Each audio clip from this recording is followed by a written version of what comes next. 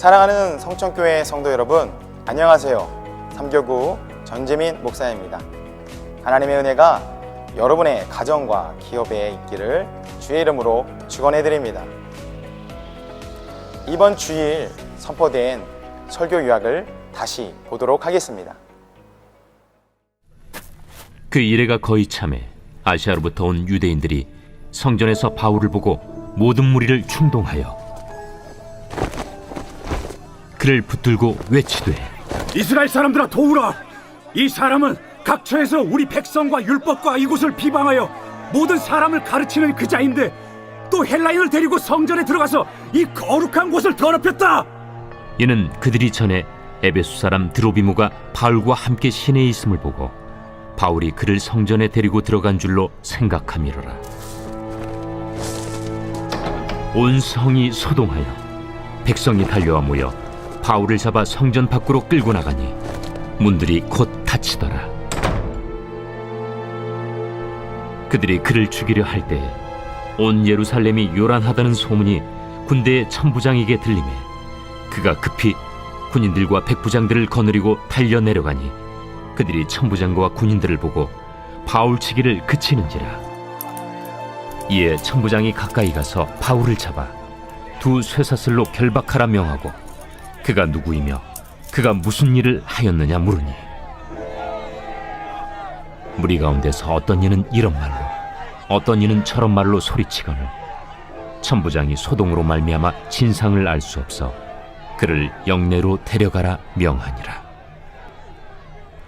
바울이 층대에 이를 때에 무리의 폭행으로 말미암아 군사들에게 들려가니 이는 백성의 무리가 그를 없이하고자 외치며 따라가미러라.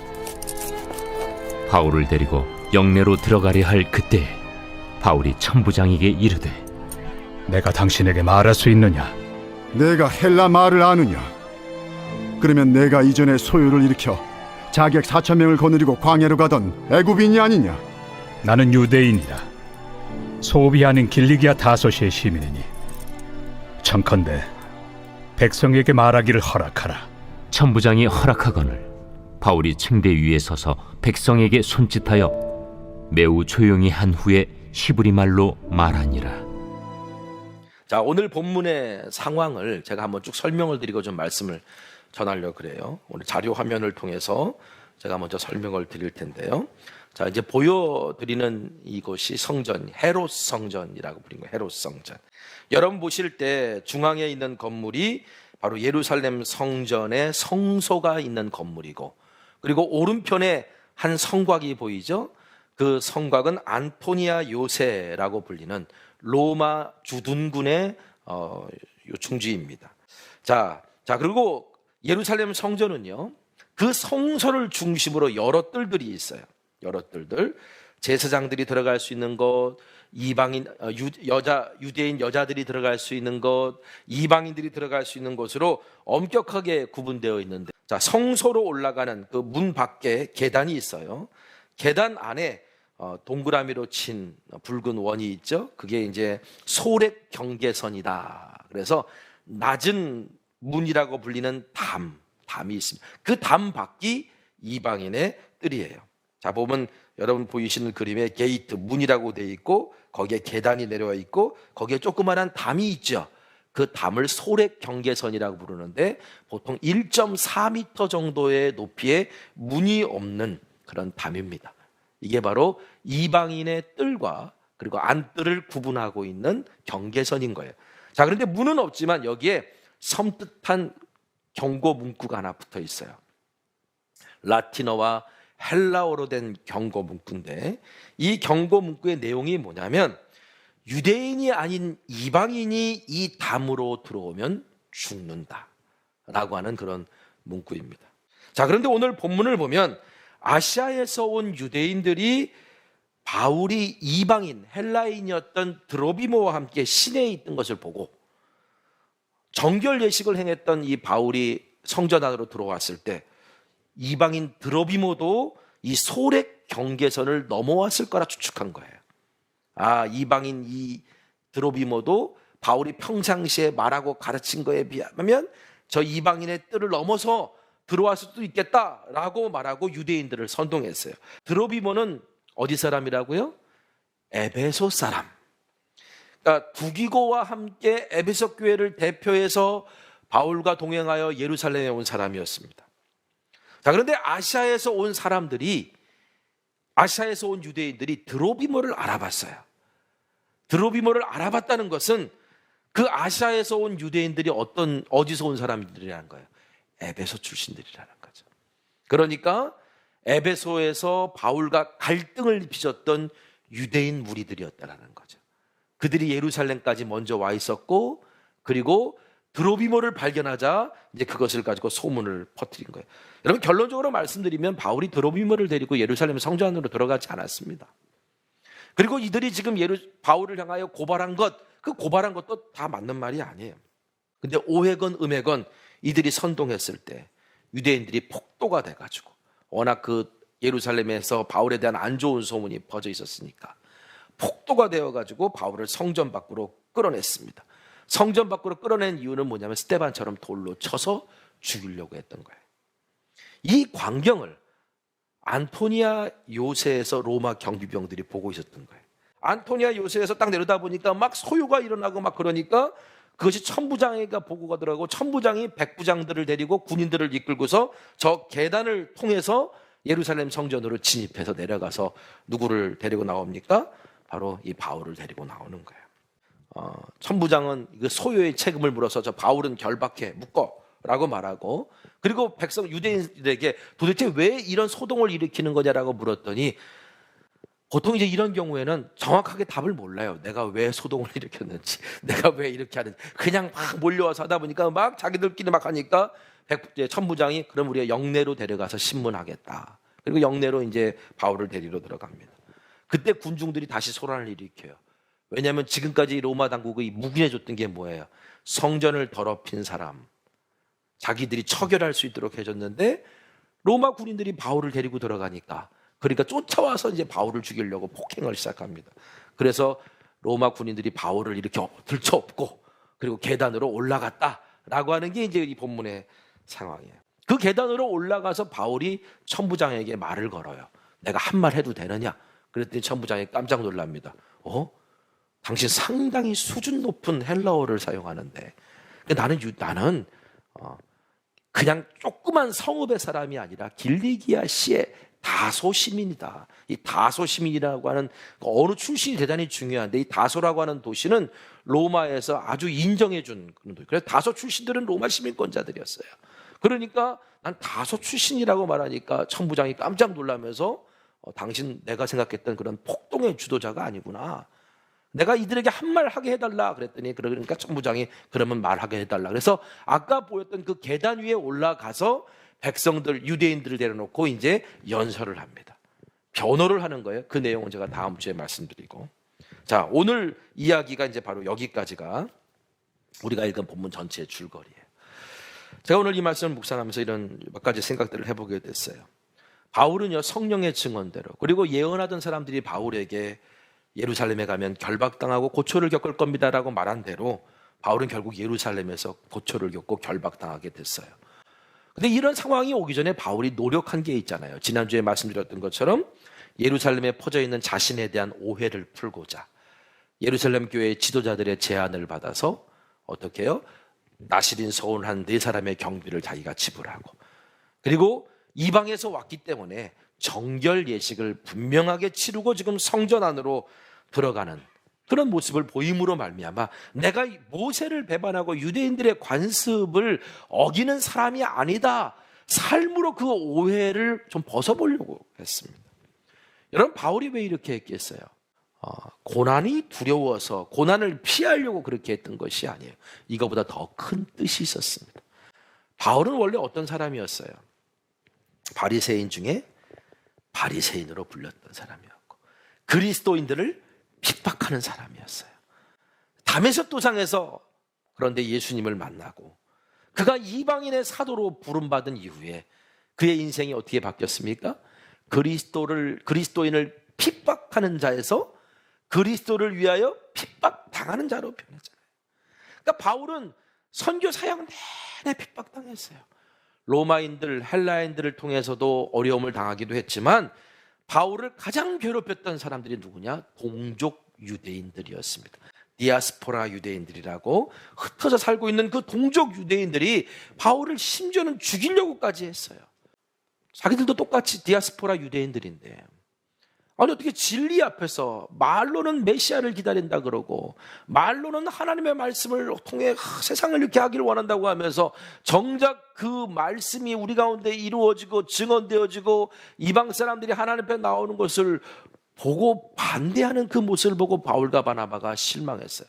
그래서 이렇게 말합니다. 사도행전 13장 46절. 바울과 바나바가 담대히 말하여 이르되 하나님의 말씀을 마땅히 먼저 너희에게 전할 것이로되 너희가 그것을 버리고 영생을 얻기에 합당하지 않은 자로 자처하기로 우리가 이방인에게로 향하노라. 너희들이 영생을 얻는 자격이 없는 걸 너희들의 삶으로 보이고 있으니 내가 너희들에게 처음으로 말하는 건 맞는 것이지만 그러나 이제 이방인에게 가겠다. 그리고선 이방인에게로 가버립니다. 그런데 바울의 다음 행보를 보면 동족인 유대인들을 포기를 못하네요. 바울이 가는 곳곳마다 유대인들이 복음 전하는 걸 회방하고 방해하고 폭행하고 심지어는 죽이려고까지도 했는데 바울은 그럼에도 불구하고 회당을 찾아가서 유대인들에게 먼저 복음을 전합니다. 여러분, 이방인에게로 간다라고 말했음에도 불구하고 왜 동족인 유대인들을 포기하지 못했을까요? 왜 그랬을까요? 바로 자기 자신의 모습이잖아요. 바울 자신도 예수님 만나기 전에 어땠어요? 복음을 전하는 것을 회방하는 유대인 같았고 심지어는 스테반이 돌에 맞아 죽을 때 그것을 지지했던 사람, 어떤 사람은 뒤에서 조종했던 사람이라고까지 그렇게 말을 합니다. 그런 자신도 예수님 만나 변화됐는데 어떻게 동족들을 포기할 수 있냐고요. 포기 못하지. 여러분 예수 믿고 하나님의 자녀가 되셨습니까? 예수 믿고 여러분의 인생이 달라지기 시작하셨습니까? 그렇다면 여러분 예수 전하는 걸 포기하시면 안 돼요. 나를 만나주신 예수님은 내가 그토록 기도하는 그도 만나주실 거고 나를 변화시키신 예수님은 전혀 변하지 않을 것 같은 그 인생도 변화시킬 것이라는 거예요. 예루살렘 교회 지도자들의 제안을 받아들인 것이 단지 자기 자신에 대한 오해를 풀고 싶은 것이 아니고 동족 유대인들이 구원받게 하기 위해 오해를 풀고 싶었던 것임을 우리가 알 수 있게 됩니다. 여러분 바울이 예루살렘에서 그 붙잡히던 날 그날 왜 성전에 갔을까요? 뭐 하러 갔을까요? 정결 예식을 마치고 그 정결 예식을 따라 행하려고 들어간 것이기도 합니다만 성전에 들어갈 땐 뭔가 기도하고 마음의 소원을 드리려고 가는 거였을 거거든요. 그 기도의 내용이 무엇이었을까요? 바울이 평생도록 붙들고 있었던 기도의 제목 중에 그 하나가 어떤 것이었을까요? 로마서 10장 1절 세번역 성경으로 읽어드릴게요. 형제자매 여러분, 내 마음의 간절한 소원과 내 동족을 위하여 하나님께 드리는 내 기도의 내용은 그들이 구원을 얻는 일입니다. 제가 이 말씀을 읽으면서 바울이 예루살렘에서 붙잡히던 날에도 그가 성전에 들어간 목적은 하나님, 내가 이제 예루살렘을 떠나면 다시 돌아올 수 없는데 예루살렘에 있는 내 동포, 내 유대인들 이들이 예수가 메시아임을 인정하고 그들이 구원받는 날이 있기를 원합니다. 아마 그 기도를 하려고 성전에 들어갔던 거예요. 근데 성전에 들어가서 그 기도를 하려고 들어갔던 그때에 아시아에서 온 유대인들이 거짓 선동으로 말미암아 바울이 성전 밖으로 끌려 나오는데, 끌려 나온다라는 표현이요, 짐승을 끌고 나올 때 쓰는 그 단어예요. 그러니까 바울이 짐승처럼 질질 끌려 나왔다는 거예요, 성전 밖으로. 30절에 온 성이 소동하여 백성이 달려와 모여 바울을 잡아 성전 밖으로 끌고 나가니 문들이 곧 닫히더라. 성전 밖 어디로 끌고 나왔을까요? 앞서 말씀드렸던 소래 경계선 1.4m밖에 안 되는 낮은 담 밖으로 끌려 나온 거예요. 유대인들은 말했을 거예요. 아유, 그래도 이 소래 경계선은요 높지도 않아요. 고개 들면 다 안에 들여다 보이는 낮은 담이고요. 보세요, 문도 없어요. 얼마든지 우리는 열려 있는 공동체다. 뭐 이렇게 얘기했을지 모르겠지만 거기에는 문구가 팍 박혀 있잖아요. 열려 있는 공동체가 아니라 이 안에 들어오면 죽는다. 여러분, 바울이 던져진 그 이방인의 뜰이라고 하는 곳이 어떤 곳이었습니까? 예수님 당시에는요, 거기에 시장이 열렸어요. 6월절 뭐 이럴 때면 시장이 열렸어요. 무슨 시장이 열렸습니까? 소를 팔고 양을 팔고 비둘기를 팔고 제물로 드릴 것들을 파는 시장이 열리고 거기에 환전상들이 있었습니다. 유대인들은 말해요. 말로는 말해요. 이방인들이 할례를 받고 세례를 받으면 하나님의 백성으로 받아들인다라고 말했지만 이방인들이 유일하게 기도할 수 있는 것, 이방인들이 유일하게 모여서 하나님을 바라볼 수 있는 그 이방인의 뜰을 유대인들은 자신들의 편의를 위해서 시장통을 만들어 버렸잖아요. 예수님이 그 모습을 보고 분개하셨어요. 그래서 성전을 정화하셨다. 그 성전을 정화한 곳이 어디냐면 바로 그 이방인의 뜰을 정화하신 거예요. 이 성전 정화를 통해 예수님이 원하셨던 게 뭐였을 것 같아요? 유대인들 스스로 거룩하게 구별되기 위해 쌓은 담을 허물고 이 성전은 만민이 기도하는 집이 되게 하라는 거죠. 유대인들만 기도하는 집이 되는 게 아니라, 어떤 특별한 사람들만 기도하는 집이 되는 것이 아니라 만민이 기도하는 집이 되게 하는 것. 그래서 그 담을 허물라고 주님께서 말씀하신 거예요. 사도 바울이 그래서 에베소서 2장 14절에서 15절 또 19절 말씀을 제가 읽어드리겠는데요. 자, 읽어드리겠습니다. 그리스도는 우리의 평화이십니다. 그리스도께는 유대 사람과 이방 사람이 양쪽으로 갈라져 있는 것을 하나로 만드신 분이십니다. 그분은 유대 사람과 이방 사람 사이를 가르는 담을 자기 몸으로 허무셔서 원수된 것을 없애시고 여러 가지 조문으로 된 계명의 율법을 폐하셨습니다. 그분은 이 둘을 자기 안에서 하나의 새 사람으로 만들어서 평화를 이루시고, 그러므로 이제부터 여러분은 외국 사람이나 나그네가 아니요 성도들과 함께 시민이며 하나님의 가족입니다. 바울이 그분은 유대 사람과 이방 사람 사이를 가르는 담을 자기 몸으로 허무셨다라고 말할 때 그 담이 지칭하는 곳이 어디였을까? 바로 아까 그 소래 경계선, 이방인의 뜰과 유대인들만 들어갈 수 있는 안뜰을 구분해 놓은 그 소래 경계선이었다는 거죠. 그래서 바울은 이 말을 전하면서 바울의 마음속에 꿈이 있었는데 그리스도를 이제 모퉁이돌 삼아서 유대인과 이방인 모두가 주 안에서 자라나는 성전, 예수님이 꿈꾸셨던 만민이 기도하는 집, 그 성전이 되기를 바라며 예루살렘 성전에 들어가 기도하기를 원했던 거예요. 근데 바울의 뜻대로 되지 않았죠. 유대인들이 바울을 끌어내요. 왜 끌어내냐면 성전 안에서는 피를 흘릴 수가 없으니까 성전 밖으로 끌어냅니다.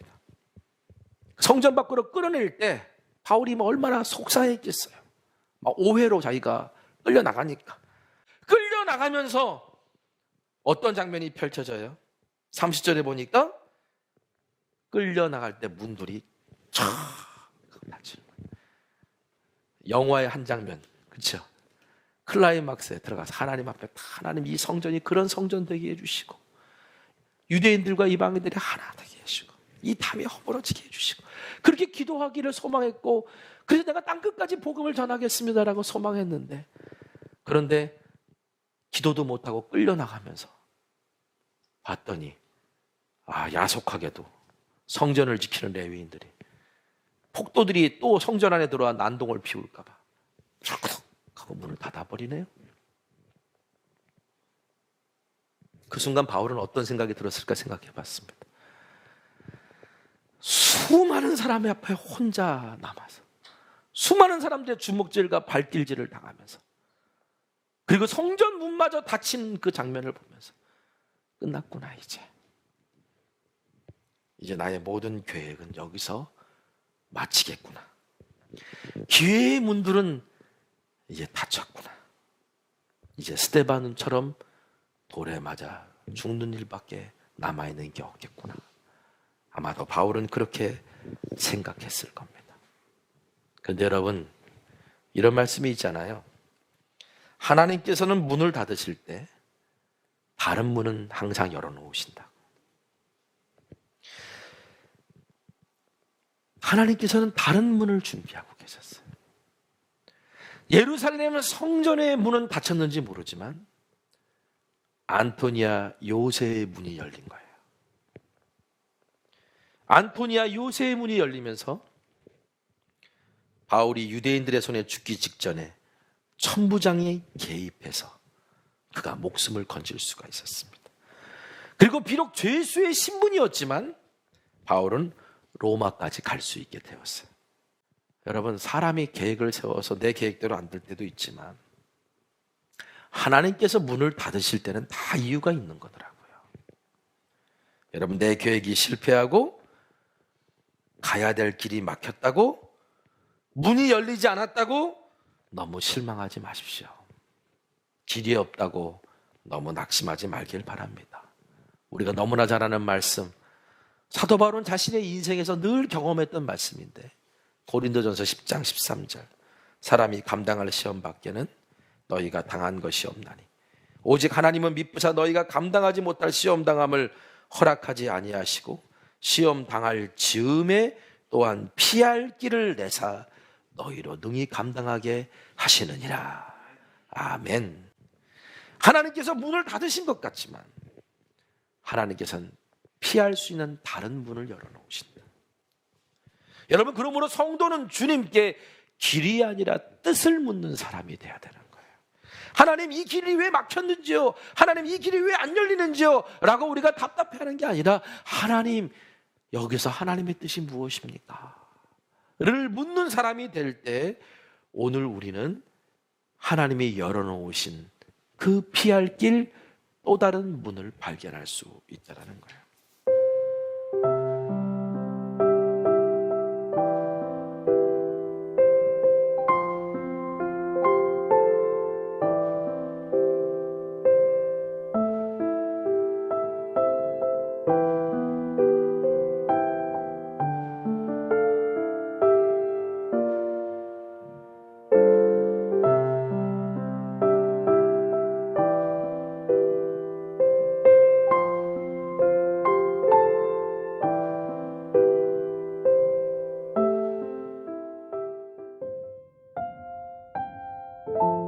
이 시간 함께 기도하시도록 하겠습니다. 첫 번째 기도 제목은 VIP 전도 대상자를 위해서 기도하겠습니다.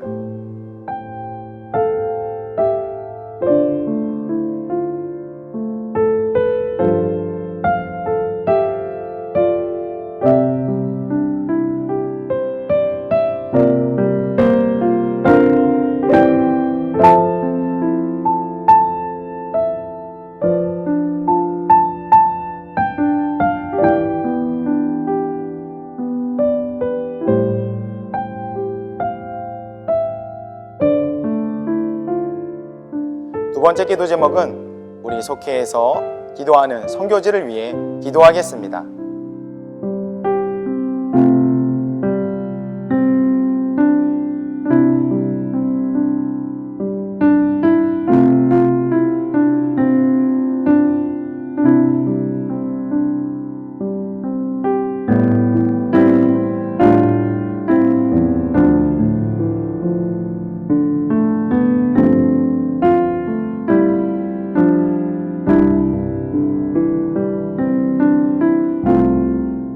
세 번째 기도 제목은 우리 속회에게 맡겨진 갈대상자 기도 대상자를 위해 기도하겠습니다.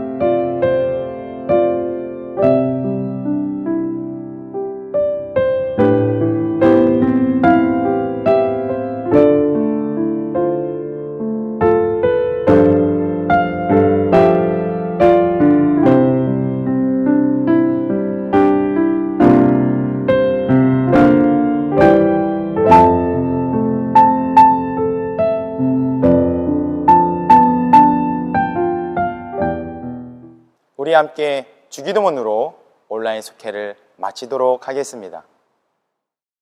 하늘에 계신 우리 아버지여, 이름이 거룩히 여김을 받으시오며 나라가 임하시오며 뜻이 하늘에서 이루어진 것 같이 땅에서도 이루어지이다. 오늘 우리에게 일용할 양식을 주시옵고 우리가 우리에게 죄 지은 자를 사하여 준 것 같이 우리 죄를 사하여 주시옵고 우리를 시험에 들게 하지 마시옵고 다만 악에서 구하시옵소서. 나라와 권세와 영광이 아버지께 영원히 쌓옵나이다. 아멘.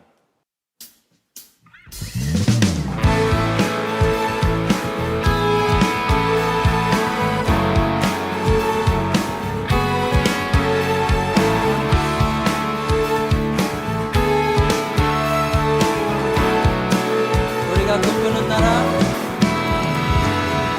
우리가 꿈꾸는 나라, 그곳은 우리의 고향, 그곳은 우리의 고향, 손에 잡히지는 않아.